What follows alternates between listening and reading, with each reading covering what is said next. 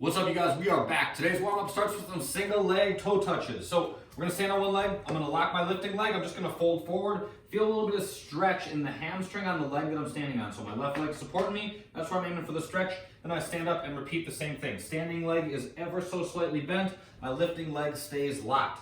After that, we're doing plank extensions. You guys have two options here.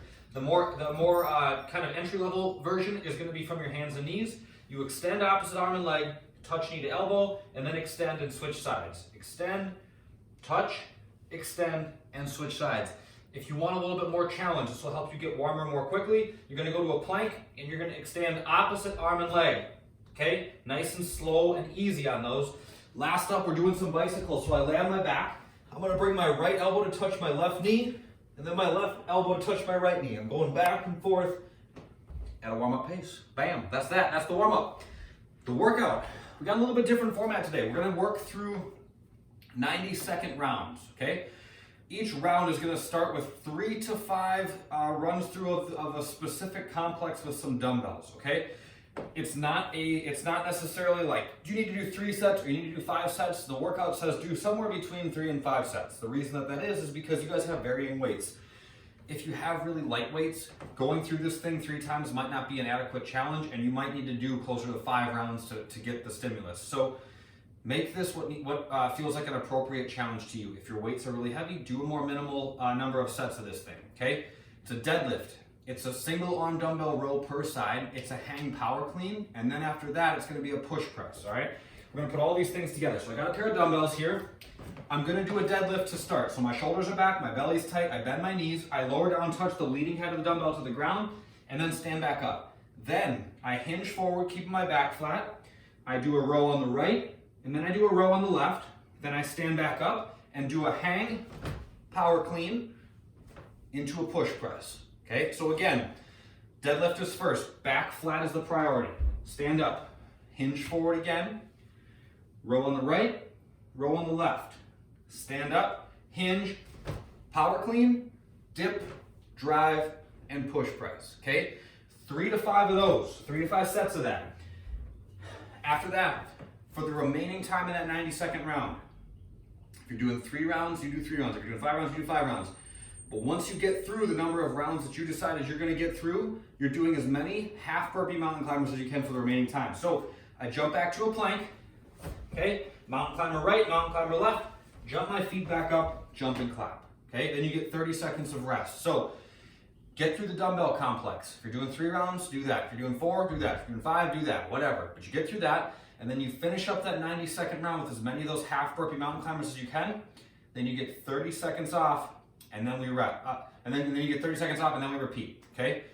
90 seconds of work, 30 seconds of rest. We're going through that 10 times. 10 times. Got my security system going off over here. Very important.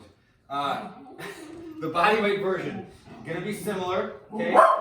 But we're gonna do split squats, dynamic planks, and down dog handstand push-ups, okay? So split squats, I get into a lunge position, almost fall over, I tap my back knee to the ground and then stand up, okay? Tap, and then stand back up, and then switch sides. Dynamic planks are going back and forth between an elbow plank and a hand plank under control, okay? So on my hands, lower down to my elbows on the right side, then push back up to my hands on the right side. Lower down on the left, push back up on the left, okay? Last is a down dog handstand push-up. Think the down dog that you use in yoga, but you're gonna walk your feet even a little bit closer to your hands. You're gonna rock your weight forward, touch your head out in front of your hands, let your head and your hands form a triangle at the bottom, and then push back up and through. So it looks like this. My hands are about shoulder width. I'm picturing that my head's gonna hit right about here. I go to down dog. I walk into a little bit more aggressive down dog. Rock forward, touch my head, push back up and through. That's that. Half burpee mountain climbers are gonna be the movement that you do for the remaining time in the 90 seconds.